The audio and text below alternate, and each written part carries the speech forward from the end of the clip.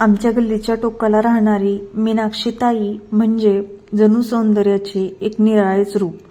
वयाची तिशी ओलांडलेली, पण आजही एखाद्या विशीतल्या तरुणीला लाजवेल असे तिचे रूप.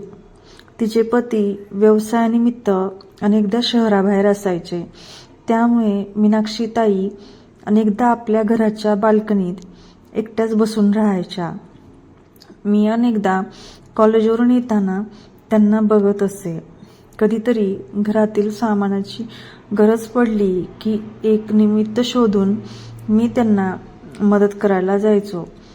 तो दिवस तसाच होता. दुपारी ऊन खूप होते आणि परिसरात भयान शुकशुकाट होता. मी काही कामानिमित्त त्यांच्या घरी गेलो. दाराची बेल वाजवताच त्यांनी दरवाजा उघडला. त्यांनी घरात सुती साडी नेसली होती, पण ती इतकी नाजूक होती की तिचे प्रत्येक वळण डोळ्यांना मोहून टाकत होते. "अरे तू आज कसं काय इकडे?" त्या गोड हसून म्हणाल्या. त्यांच्या आवाजात एक वेगळीच नशा होती, जी मला क्षणभर भारावून गेली. मी घरातील सामान टेबलवर ठेवले आणि निघणार इतक्यात त्या म्हणाल्या, "इतक्या उन्हातून आलास, जरा पाणी तरी पी." त्यांच्या आग्रहामुळे मी थांबलो. किचनमध्ये जाताना त्या जेव्हा वळल्या तेव्हा त्यांच्या साडीच्या घड्यांमधून दिसणारी त्यांची कंबर आणि त्यांची चालण्याची ढब पाहून माझे भान हरपले होते. त्यांनी मला पाणी दिले आणि माझ्या शेजारीच सोफ्यावर येऊन बसल्या. त्यांच्या अंगाचा एक मंद सुगंध मला वेड लावत होता. त्यांनी माझ्याकडे बघून विचारले, आज कॉलेज लवकर सुटलंस का?" त्यांच्या डोळ्यात पाहिले असता त्यात एक वेगळीच ओढ दिसत होती, जी पाहून माझ्या मनातील सुप्त इच्छा जागृत झाल्या. मी त्यांचा हात हळुवारपणे माझ्या हातात घेतला. त्या क्षणभर थांबल्या, पण त्यांनी हात काढून घेतला नाही. उलट त्यांनी माझ्याकडे पाहून एक अर्थपूर्ण स्मितहास्य केले. आम्ही दोघेही एकमेकांच्या इतक्या जवळ आलो होतो की त्या खोलीत श्वासही मंदावला होता. मी त्यांच्याजवळ सरकलो आणि त्यांचा चेहरा माझ्या हातांनी उचलला. त्यावेळी त्यांनी माझे केस विस्कटले आणि मला स्वतःच्या अगदी जास्त जवळ घेतले होते. त्या क्षणी मला जाणीव झाली की त्याही खूप दिवसांपासून अशा स्पर्शाच्या प्रतीक्षेत होत्या. आम्ही एकमेकांच्या मिठीत विरघळलो आणि त्या दुपारची शांतता एका नवीन ओळखीची साक्ष देऊ लागली. त्या शांत दुपारी घरांच्या खिडक्यांमधून येणारा मंद प्रकाश मला खूप असं छान वाटत होता आणि वातावरणातील एक गूढ शांतता आमच्यातील नात्याला अधिकच खूपच जास्त घट्ट करत होती.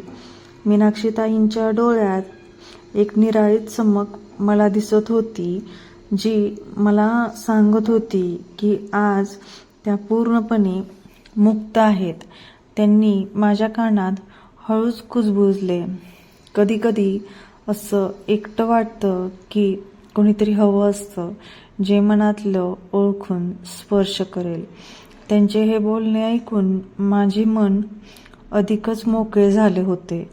आम्ही दोघेही एकमेकांच्या शरीराला अधिकच जवळून अनुभवू लागलो होतो. त्यांच्या देहाचा प्रत्येक स्पर्श हा एखाद्या कवितेसारखा मला वाटत होता, जो मला अधिकच उत्तेजित करत होता. मी त्यांच्या अंगावरचे दागिने हळुवारपणे काढले आणि त्यांना माझ्या मिठीत आणखी घट्ट घेतले. त्या क्षणी बाहेरच्या जगाचा आम्हाला अजिबात विसर पडला होता. त्यांच्या त्या गोऱ्या आणि रेखीव देहाचे वळण माझ्या हातांना इतके मऊ आणि सुखद वाटत होते की मी त्यात पूर्णपणे हरवून गेलो होतो. आम्ही दोघेही एका अशा विश्वात होतो जिथे फक्त आमचे प्रेम आणि शारीरिक सुखाचा अनुभव होता. त्या दुपारी जेव्हा ऊन प्रखर होते तेव्हा आमच्या खोलीत मात्र एक वेगळीच उष्णता निर्माण झाली होती. मीनाक्षीताईंनी आज मला केवळ शेजारी म्हणून नाही तर एक अशा मित्राच्या रूपात पाहिले ज्याच्यावर त्या पूर्णपणे विश्वास ठेवू शकत होत्या. आमचा हा शारीरिक संवाद आणि एकमेकांबद्दलची ओढ आता एका नव्या उंचीवर पोहोचली होती. त्या प्रत्येक स्पर्शात एक प्रकारची भूक होती जी आता पूर्णपणे शांत होत होती. आम्ही एकमेकांच्या मिठीत विसावलेलो होतो तेव्हा मला जाणवले की हे नाते आता केवळ एक मैत्री उरली नसून ते एका शारीरिक बंधनात रूपांतरित झाले आहे. ती दुपार आणि आमची ती जवळीक माझ्या आयुष्यातील एक अविस्मरणीय क्षण बनून राहिली.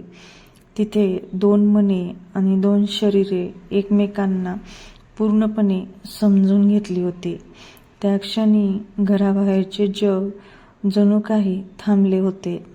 फक्त आम्ही दोघे आणि आमचे ते गुपित अस्तित्व त्या खोलीमध्ये जिवंत होते.